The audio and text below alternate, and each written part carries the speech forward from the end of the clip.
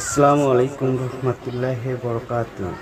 আপনি কি নেক আমল করতে চান বা আমলে ব্যর্থ হয়েছেন বা বিভিন্ন কভারেজিতে আপনারা প্রতারণা হয়েছেন, আমলে কোনো ফলাফল পাচ্ছেন না?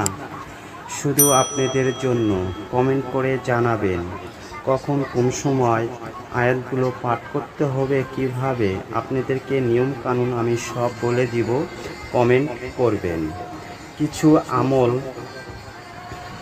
এমন আছে যেগুলো পড়তে খুব বেশি সময়ের প্রয়োজন হয় না, আমলের অনেক জ্ঞানের অধিকারীও হতে হয় না, কিন্তু এগুলোর ফজিলত অনেক বেশি। এগুলো বান্দার আমলনামাকে ভারী করে। যেমন রাসূল সাল্লাল্লাহু আলাইহি ওয়াসাল্লাম বলেছেন, যে লোক আমলের আগে একবার বলে সুবহানাল্লাহিল আযীম, যে কোনো আমল করতে চাইলে এর আগে বলতে হবে সুবহানাল্লাহিল আযীম।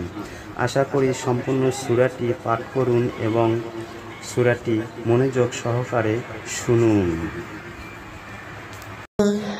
أعوذ بالله من الشيطان الرجيم.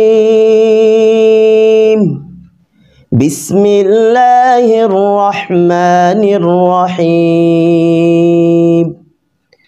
والتين والزيتون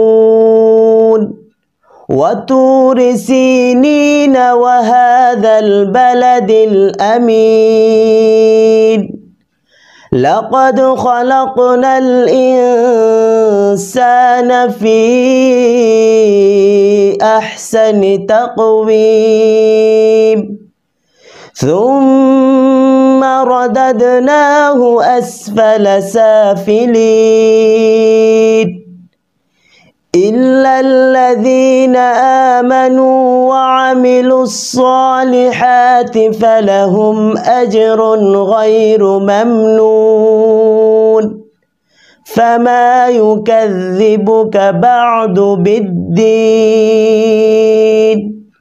أليس الله بأحكم الحاكمين؟ صدق الله العظيم.